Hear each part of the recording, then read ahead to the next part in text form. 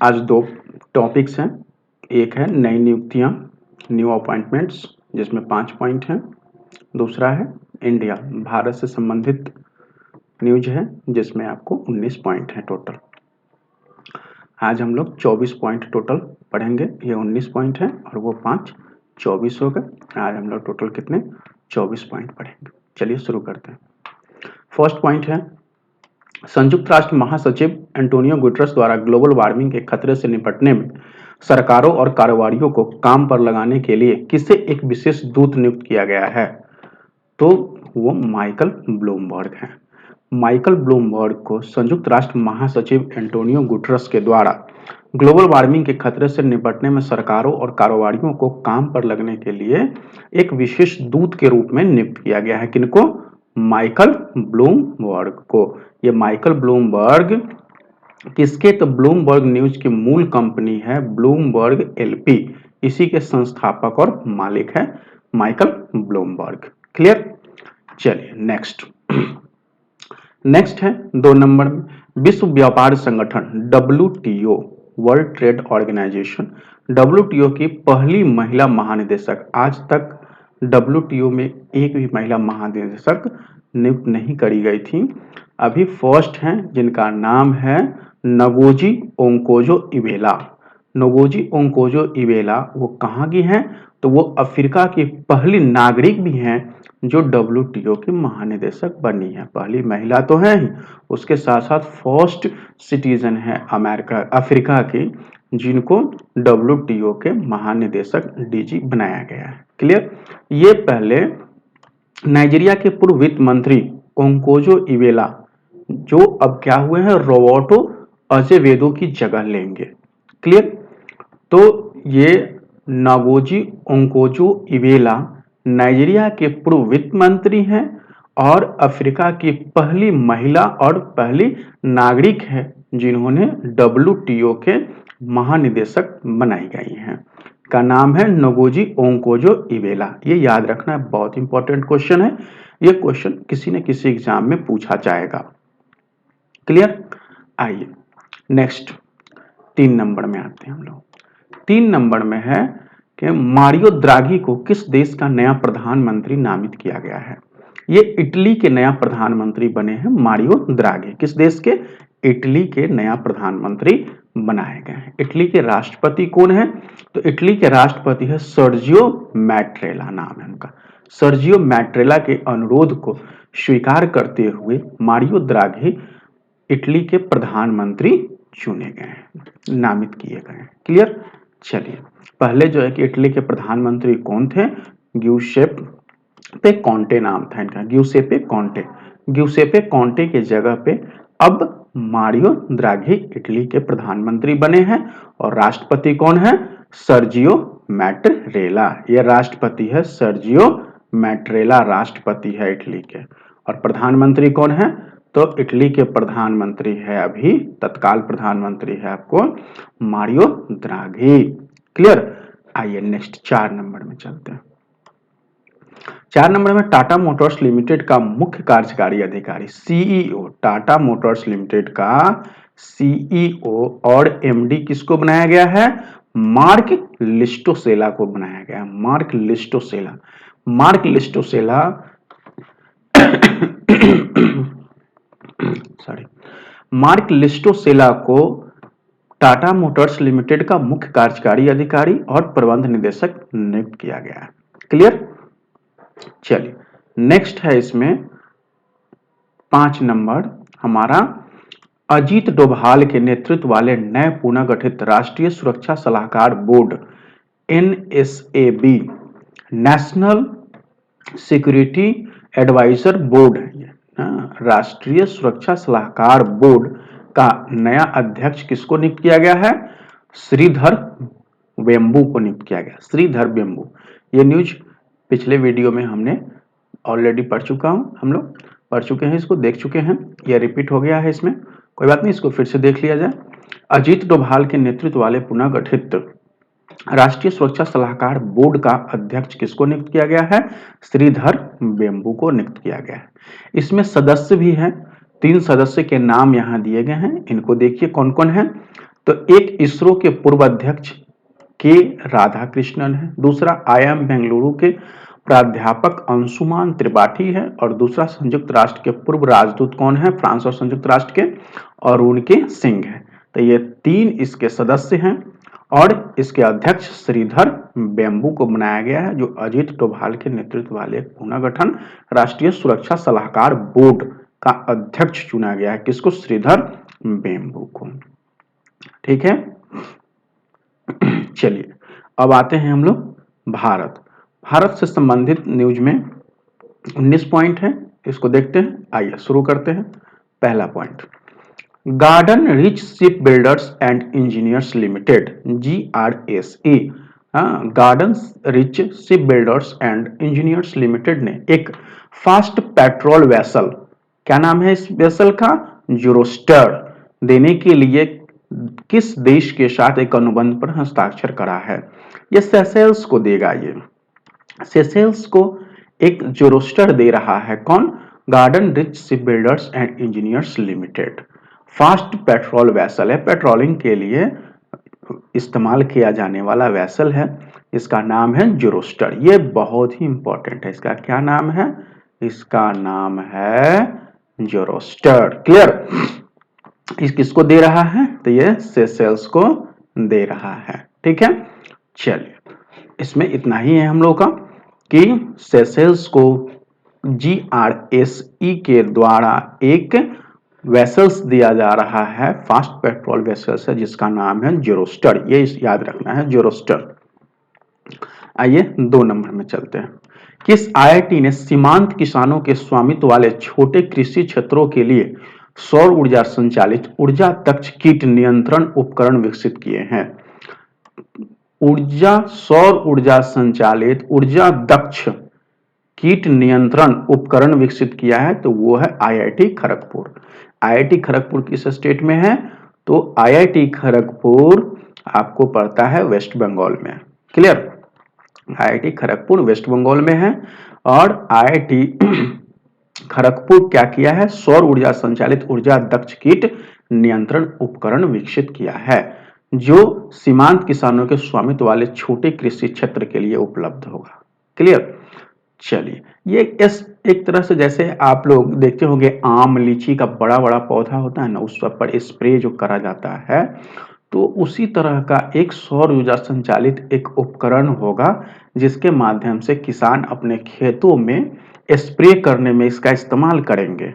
Clear? ये एक उपकरण को विकसित किया है कौन? IIT खड़गपुर के द्वारा विकसित किया गया है, जिससे क्या होगा कि एक विधिवत ढंग से, और जो बायोफ्यूल्स है उसका भी बचत होगा, और विधिवत ढंग से स्प्रे भी कर पाएंगे। इसके लिए IIT खड़गपुर के द्वारा सौर ऊर्जा संचालित ऊर्जा दक्ष कीट नियंत्रण उपकरण विकसित करा गया है। आपको इसमें यह नाम याद रखना है, IIT खड़गपुर के द्वारा विकसित किया गया है। क्लियर? आइए 3 नंबर में चलते हैं।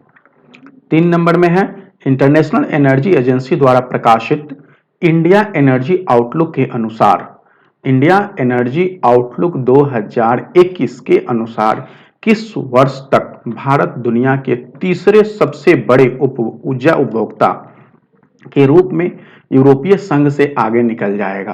तो वो 2030 तक भारत यूरोपीय संघ को पीछे छोड़ते हुए आगे निकल जाएगा। कब तक? 2030 तक भारत तीसरा सबसे बड़ा ऊर्जा उपभोक्ता बन जाएगा। कौन बोला है ये? एनर्जी इंटरनेशनल एनर्जी एजेंसी के द्वारा प्रकाशित किया गया है एक आउटलुक, उसका नाम है इंडिया एनर्जी आउटलुक 2021। इसके द्वारा ये बताया गया है। इसमें फर्स्ट पे चीन है, उसके बाद संयुक्त राज्य अमेरिका, उसके बाद यूरोपीय संघ, और चौथे स्थान पे आपका हमारा भारत है, चौथे स्थान पे। क्लियर? और 2030 तक यह यूरोपीय संघ को पीछे करते हुए तीसरे स्थान पर पहुंच जाएगा। क्लियर? चलिए आइए 4 नंबर। 4 नंबर में प्रधानमंत्री नरेंद्र मोदी ने चौरी चौरा कांड के शताब्दी समारोह की शुरुआत के उपलक्ष्य में डाक टिकट जारी किया। चौरी चौरा स्थान किस राज्य में है? ये उत्तर प्रदेश में पड़ता है। चौरी चौरा पूर्वांचल में है, उत्तर प्रदेश पूर्वांचल में चौरी चौरा स्थान है, यह उत्तर प्रदेश में पड़ता है। पूर्वांचल आप बहुत न्यूज में सुनते होंगे पूर्वांचल का नाम। पूर्वांचल बिहार से सटे जितने भी क्षेत्र हैं उत्तर प्रदेश के, जैसे गोरखपुर है, हाँ, तो ये सब पूर्वांचल में आपको आता है। क्लियर। चलिए, तो चौरी चौरा कांड के शताब्दी समारोह की शुरुआत के उपलक्ष्य में डाक टिकट जारी किया गया है प्रधानमंत्री नरेंद्र मोदी के द्वारा। यह चौरी चौरा किस राज्य में है? तो उत्तर प्रदेश में है। क्लियर। आइए 5 नंबर में चलते। उत्तर प्रदेश के जिला कितना है? 75 जिला है। कब से शुरू किया गया? 4 फरवरी 2022। ये डेट याद नहीं रखना, ये याद रख लीजिए, कभी कभी हो सकता है आपको बातचीत करने में भी फायदेमंद हो कि उत्तर प्रदेश में 75 जिले हैं। भारत सरकार ने किसकी अध्यक्षता में, भारत सरकार ने किसकी अध्यक्षता में उन 27 कीटनाशकों पर प्रस्तावित प्रतिबंध पर उद्योग की आपत्तियों की समीक्षा के लिए एक विशेष समिति की नियुक्ति की है, जिन्हें सरकार द्वारा जानवरों और मनुष्यों के लिए हानिकारक बताया गया है। देखिए क्या हुआ इसमें कि एक लिस्ट आया था जिसमें क्या था कि बहुत सारे 66 लगभग कितने 66 दवा का लिस्ट था जिस पर प्रतिबंध लगाया जाना था, जो क्या है किसी न किसी तरह से ह्यूमन और एनिमल्स को हार्म करते हैं। क्लियर। तो इसमें 27 कीटनाशक है उस पर प्रस्तावित प्रतिबंध लगाने के लिए टीपी राजेंद्रन की अध्यक्षता में एक समिति गठित किया गया था। क्लियर। टीपी राजेंद्रन नाम है उनका, टीपी राजेंद्रन। तो भारत सरकार ने किसकी अध्यक्षता में? तो टीपी राजेंद्रन की अध्यक्षता में 27 कीटनाशकों पर प्रस्तावित प्रतिबंध पर उद्योग की आपत्तियों की समीक्षा के लिए एक विशेष समिति की नियुक्ति की है, जिन्हें सरकार द्वारा जानवरों और मनुष्यों के लिए हानिकारक बताया गया है। क्लियर। चलिए, यहां देखिए मेंशन भी करा है कि 66 विवादास्पद कीटनाशकों की का हिस्सा है ये 27 कीटनाशक, और इस पर प्रतिबंध लगाने के लिए समीक्षा समिति एक बनाया गया है भारत सरकार के द्वारा, जिसके अध्यक्ष टीपी राजेंद्रन होंगे। यह याद रखना जरूरी है, टीपी राजेंद्रन साहब इसके अध्यक्ष होंगे। क्लियर। चलिए आते हैं अब 6 नंबर पे। 6 नंबर पे देखिए 6 में है आपको Brahmaputra valley fertilizers. Brahmaputra valley fertilisers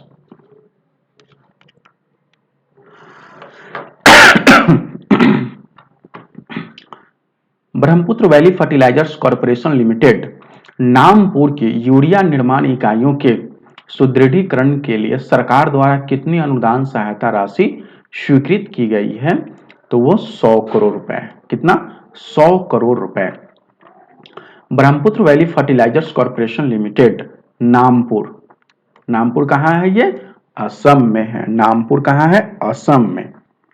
ठीक है। यूरिया निर्माण इकाइयों के सुदृढ़ीकरण के लिए सरकार के द्वारा कितना अनुदान दिया गया है? 100 करोड़ रुपए का अनुदान दिया गया है सरकार के द्वारा। किसको? Brahmaputra valley fertilizers corporation limited, जो कहां पे है? असम के नामपुर में है। Clear. BVFCL Brahmaputra valley fertilizer corporation limited नामपुर असम में पड़ता है। इसको 100 करोड़ रुपए दिए गए हैं इसके सुदृढ़ीकरण के लिए। क्लियर। चलिए इसमें इतना ही हमको याद रखना है, कितना अमाउंट दिया गया, ये अमाउंट पूछा जा सकता है आपसे कि कितना अमाउंट दिया गया है, ये भी पूछा जा सकता है। BVFCL कहां है? तो ये असम के नामपुर में पड़ता है। क्लियर, इसको ध्यान में रखें। आइए 7 नंबर में चलते हैं। 7 नंबर में है सिडबी और कन्फेडरेशन ऑफ वुमेन एंटरप्रेन्योर्स ने किस योजना के बारे में प्रोत्साहित करने और जागरूकता फैलाने के लिए स्वावलंबन सशक्त मेगा अभियान शुरू किया है? स्वावलंबन सशक्त मेगा अभियान, ये स्टैंड अप इंडिया योजना शुरू करा है। स्टैंड अप इंडिया योजना के द्वारा शुरू किया है। मैं आपको कुछ इसके बारे में बताता हूं कि इसमें क्या है कि स्टैंड अप इंडिया योजना प्रति बैंक, एक बैंक की एक शाखा कम से कम एक ST SC को या कम से कम एक महिला को 10 लाख से 1 करोड़ रुपए का बैंक ऋण सुविधा अवेलेबल करवाएगा। ठीक है, यही योजना है हमारा स्टैंड अप इंडिया योजना, जिसको अभी सिडबी और कॉन्फेडरेशन ऑफ वुमेन एंटरप्रेन्योर ने क्या किया है, स्वावलंबन सशक्त मेगा अभियान शुरू करा है, जिससे इसमें जागरूकता आएगी स्टैंड अप इंडिया योजना के लिए। क्लियर। इसको प्रधानमंत्री नरेंद्र मोदी जी के द्वारा 2016 में शुरू किया गया, जो अब इसका डेट बढ़ा करके 2025 तक कर दिया गया है। क्लियर। तो इसमें अमाउंट कितना है, 10 लाख से 1 करोड़ तक। आपको इसमें अमाउंट है 10 लाख टू 1 करोड़, 1 करोड़। क्लियर। 10 लाख से 1 करोड़ अमाउंट है इसका। 2016 में शुरू किया गया। इसको कब शुरू किया गया, 2016 में इसको शुरू किया गया था। और डेट बढ़ा करके कब कर दिया गया है इसको, तो डेट बढ़ा करके इसको कर दिया गया है आपको कब का, 2025। ये इतना इसका इंपॉर्टेंट पॉइंट है। क्लियर। और नरेंद्र मोदी जी के द्वारा शुरू किया गया था। क्लियर। चलिए आते हैं 8 नंबर में। अमेरिकी स्थित टाइटन इलेक्ट्रिक व्हीकल ने इलेक्ट्रिक वाहन और ऊर्जा भंडारण प्रणाली विकसित करने के लिए किस भारतीय कंपनी के साथ समझौता ज्ञापन किया है, तो वो भारतीय कंपनी है भारत इलेक्ट्रॉनिक्स लिमिटेड। ठीक है, भारत इलेक्ट्रॉनिक्स लिमिटेड के साथ समझौता किया गया अमेरिकी स्थित टाइटन इलेक्ट्रिक व्हीकल इलेक्ट्रॉनिक वाहन और ऊर्जा भंडारण प्रणाली विकसित करने के लिए। किस लिए पर्पस है यहाँ, इलेक्ट्रॉनिक वाहन और ऊर्जा भंडारण प्रणाली विकसित करने के लिए अमेरिकी स्थित कंपनी है जिसका नाम है टाइटन इलेक्ट्रिक्स व्हीकल, और भारतीय कंपनी है भारत इलेक्ट्रॉनिक्स लिमिटेड। दोनों के बीच समझौता हुआ है। क्लियर। आइए इसमें और कुछ नहीं है विशेष इस डिटेल्स में। आइए 9 नंबर पे आते हैं। 9 नंबर पे है प्रधानमंत्री मोदी द्वारा असम में किस उद्देश्य से असोम माला कार्यक्रम शुरू किया। क्या नाम है कार्यक्रम का, असोम माला कार्यक्रम। तो इसका उद्देश्य है आपको सड़क अवसंरचना सुधार। सड़क अवसंरचना सुधार का इसका उद्देश्य है, सड़क अवसंरचना सुधार इसका उद्देश्य है। क्या उद्देश्य है, सड़क अवसंरचना सुधार। ठीक है, प्रधानमंत्री नरेंद्र मोदी के द्वारा असम में शुरू किया गया असोम माला कार्यक्रम है। इसको याद रखना है, ये असोम माला कार्यक्रम असम में शुरू किया गया है और किस उद्देश्य से शुरू करा गया है, सड़क अवसंरचना सुधार उद्देश्य से। और यह असम के सोनितपुर जिले के धेकियाजुली में असोम माला कार्यक्रम शुरू किया गया है। ठीक है तो कहां से असम के सोनितपुर जिले के धेकियाजुली में असोम माला कार्यक्रम शुरू किया गया है। ठीक है, आइए नेक्स्ट 10 नंबर में चलते हैं। 10 नंबर में है आपको भारतीय हवाई अड्डे के संचालन और विमानन अवसंरचना के विकासकर्ता जीएमआर ग्रुप ने विमानन सेवाओं, प्रौद्योगिकियों और नवाचार में सहयोग के अवसरों का पता लगाने के लिए किस एरोस्पेस कॉरपोरेशन के साथ समझौता ज्ञापन पर हस्ताक्षर किया है, तो उस एरोस्पेस कॉरपोरेशन है उसका नाम है एयरबस। उसका नाम है एयरबस। भारतीय हवाई अड्डे के संचालन और विमानन अवसंरचना के विकासकर्ता नाम है उसका जीएमआर ग्रुप ने विमानन सेवाओं, प्रौद्योगिकियों और नवाचार में सहयोग के अवसरों का पता लगाने के लिए किसके साथ समझौता किया है, एयरबस के साथ। इसमें इतना ही याद रखना है। 11 नंबर में चलते हैं। भारत मौसम विज्ञान विभाग आईएमडी भारत मौसम विज्ञान विभाग, इंडिया मेट्रोलॉजिकल डिपार्टमेंट, ठीक है, भारत के किस शहर में देश का पहला thunder storm research state bed स्थापित कर रहा है, तो वो बालासोर में कर रहा है। ठीक है, बालासोर में किया जा रहा है। ये शहर का नाम इंपॉर्टेंट है, इसको याद रखना है आपको, शहर का नाम इंपॉर्टेंट है इसमें, कि भारत मौसम विज्ञान विभाग IMD India meteorological department Bharat के किस शहर में देश का पहला थंडर स्टॉर्म रिसर्च स्टेटमेंट स्थापित कर रहा है? तो वह बालासोर में कर रहा है। क्लियर? चलिए नेक्स्ट इसमें एक पॉइंट इंपॉर्टेंट है, IMD के महानिदेशक कौन है? इंडिया मेट्रोलॉजिकल डिपार्टमेंट के महानिदेशक डॉक्टर मृत्युंजय महापात्रा हैं। कौन है? डॉक्टर मृत्युंजय महापात्रा। ये भी बहुत ही इंपॉर्टेंट क्वेश्चन है। IMD के महानिदेशक डॉक्टर मृत्युंजय महापात्रा ने एक निजी टेलीविजन चैनल के साथ बात करते हुए यह भी कहा कि भोपाल के पास अपनी तरह का पहला मानसून स्टेट बेड योजना होगा। बालासोर योजना जो है, भोपाल के पास इस तरह का पहला मानसून स्टेट बेड योजना होगा। और IMD जो है के महानिदेशक कौन है? डॉक्टर मृत्युंजय महापात्रा है। और इसको कहां स्थापित किया जा रहा है? बालासोर में।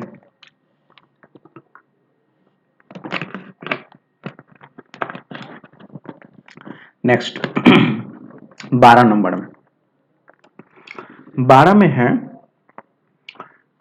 Economist Intelligence Unit EIU, Economist Intelligence Unit द्वारा जारी Asia Pacific personalise health index में भारत की रैंक 10वां है। भारत की रैंक 10वां है इसमें, किसमें? Asia Pacific personalise health index में। Asia Pacific personalise health index में भारत की रैंक कैमा है? तो 10वां है। किसके द्वारा जारी किया गया है? तो EIU के द्वारा, इकोनॉमिस्ट इंटेलिजेंस यूनिट के द्वारा जारी Asia Pacific personalise health index में भारत की रैंक 10वां है। फर्स्ट रैंक पे कौन है? सिंगापुर इंडेक्स में पहले स्थान पे रहा है, और इसके बाद दूसरे स्थान में ताइवान है, तीसरे स्थान पे जापान है, चौथे स्थान पे ऑस्ट्रेलिया है, और 10वें स्थान पे अपना भारत है। इकोनॉमिस्ट इंटेलिजेंस यूनिट के अनुसार यह जारी किया जाता है रिपोर्ट, जिसमें रैंक जारी करा जाता है, जिसमें Asia Pacific personalise health index इसको बोलते हैं। भारत 10वें स्थान पे, सिंगापुर पहले, ताइवान दूसरे, जापान तीसरे, ऑस्ट्रेलिया चौथे, और भारत 10वें स्थान पे है। क्लियर? भारत का रैंक इसमें याद रखिए, और फर्स्ट रैंक याद रखिए। फर्स्ट रैंक सिंगापुर का है और भारत का 10वां रैंक है। इसमें आपसे दूसरा, तीसरा, चौथा रैंक नहीं पूछेगा, ये दोनों पूछ सकता है। किसके द्वारा जारी किया जाता है ये भी पूछ सकता है, इकोनॉमिस्ट इंटेलिजेंस यूनिट के द्वारा, और रैंक का नाम दिया रहेगा आपको Asia Pacific personalise health index. Bharat सरकार द्वारा अनुमोदित startup India seed fund scheme, Bharat सरकार द्वारा अनुमोदित startup India seed fund scheme, कितना पैसा इसमें लगाया गया है? 945 करोड़ रुपए इसमें लगाए गए हैं। कितना? 945 करोड़ रुपए। Startup India seed fund scheme में 945 करोड़ रुपए भारत सरकार के द्वारा अनुमोदित किया गया है, फंड करा गया है। क्लियर? 14 नंबर में आइए। विज्ञान एवं प्रौद्योगिकी विभाग DST द्वारा जारी आंकड़ों के अनुसार वैज्ञानिक प्रकाशनों में भारत की रैंक तीसरी है। वैज्ञानिक प्रकाशन जो होते, प्रकाशनों में भारत की रैंक कितनी है? तीसरी रैंक है भारत की। ठीक है, तो विज्ञान एवं प्रौद्योगिकी विभाग DST के द्वारा भारत का रैंक कैमा है? तीसरा रैंक है भारत का। 2017-18 में 13,045 पेटेंट करवाए गए थे, जिसमें भारतीयों के द्वारा कितना? तो 1937 पेटेंट भारतीयों के द्वारा कराया गया, और इतना के साथ भारत तीसरे स्थान पे आ गया। किसमें? तो विज्ञान एवं प्रौद्योगिकी विभाग द्वारा जारी आंकड़ों के अनुसार वैज्ञानिक प्रकाशन में भारत तीसरे स्थान पे, ये याद रखना है। वैज्ञानिक प्रकाशन में भारत कैमे स्थान पे है? तीसरे स्थान पे है। टोटल 2017-18 में 13,045 पेटेंट करवाए गए थे, जिसमें 1937 पेटेंट भारत के नाम है। क्लियर? आइए 15 नंबर में, 15 में है आसियान भारत हैकाथॉन 2021 का शुभारंभ किस मंत्रालय ने किया है? आसियान भारत हैकाथॉन 2021 ये शिक्षा मंत्रालय के द्वारा किया गया है। रमेश पोखरियाल निशंक हमारे शिक्षा मंत्री है। ठीक है, चलिए, तो यहां ASEAN Bharat ASEAN Bharat hackathon 2021 का शुभारंभ किस मंत्रालय ने किया? शिक्षा मंत्रालय के द्वारा किया गया है। इसमें इतना ही हमको याद रखना है। आसियान भारत हैकाथॉन, आसियान में कितने देश हैं? 10 देश है आसियान में, ये याद रखिए। आसियान में 10 देश है और भारत इसका है हिस्सा? नहीं, भारत इसका हिस्सा नहीं है। आसियान भारत हैकाथॉन 2021 का शुभारंभ शिक्षा मंत्रालय के द्वारा करा गया है। क्लियर? आइए 16 नंबर में चलते हैं। 16 में है, प्रधानमंत्री नरेंद्र मोदी ने किस आईआईटी के डिस्कवरी कैंपस की आधारशिला रखी है? तो आईआईटी मद्रास है। इस आईआईटी का नाम है आईआईटी मद्रास। आईआईटी मद्रास के डिस्कवरी कैंपस की आधारशिला रखी गई है मोदी साहब के द्वारा। कहां पे रखी गई है ये? तो यह कैंपस पहले चरण में चेन्नई के पास थायरूर में 2 लाख वर्ग मीटर क्षेत्र में 1000 करोड़ रुपए के लागत के साथ बनाया जा रहा है। ठीक है, तो आईआईटी मद्रास डिस्कवरी कैंपस आधारशिला रखी जा रही है आईआईटी मद्रास चेन्नई में के पास थायरूर में 2 लाख वर्ग मीटर क्षेत्रफल में 1000 करोड़ रुपए की लागत से बनाया जा रहा है। ये आपको याद रखना है। इसका कैंपस कहां? आईआईटी मद्रास। किस आईआईटी के डिस्कवरी कैंपस के आधारशिला था? आईआईटी मद्रास के डिस्कवरी कैंपस खोला जा रहा है। क्लियर? आइए 17 में चलते हैं। 17 नंबर, प्रधानमंत्री मोदी ने थल सेना जनरल, थल सेना अध्यक्ष कौन है हमारे? एम नरवणे, मनोज मुकुंद। इनका पूरा नाम है, first M for Manoj, second M for Mukund, Manoj Mukund Naravane को अर्जुन बैटल टैंक MK-1A सौंप दिए हैं। कौन? नरेंद्र मोदी। टैंक को किस संस्थान द्वारा स्वदेशी रूप से डिजाइन, विकसित और निर्मित किया गया है? तो उस संस्थान का नाम है combat vehicles research and development establishment. ठीक है, combat vehicle research and development establishment इस संस्थान का नाम है जिसके द्वारा इसको डिजाइन, विकसित और निर्मित किया गया है। ठीक है, और मोदी साहब के द्वारा, पीएम मोदी के द्वारा MM नरवणे जो हमारे थल सेना अध्यक्ष हैं उनको सौंप दिया है। कौन सा? Arjun battle tank MK-1A। Clear? Arjun battle tank MK-1A। आइए 18 नंबर में चलते हैं। 18 में है मैप माई इंडिया। इसका नाम है मैप माई इंडिया। इसका क्या नाम है? मैप माई इंडिया। एक स्वदेशी मानचित्र पोर्टल और भू-स्थानिक सेवाओं के निर्माण के लिए किस इकाई के साथ भागीदारी करेगा जो गूगल मैप्स और गूगल अर्थ सेवाओं के लिए एक विकल्प बन सकता है? ठीक है, तो उसका नाम है भारतीय अंतरिक्ष अनुसंधान संगठन, इसरो।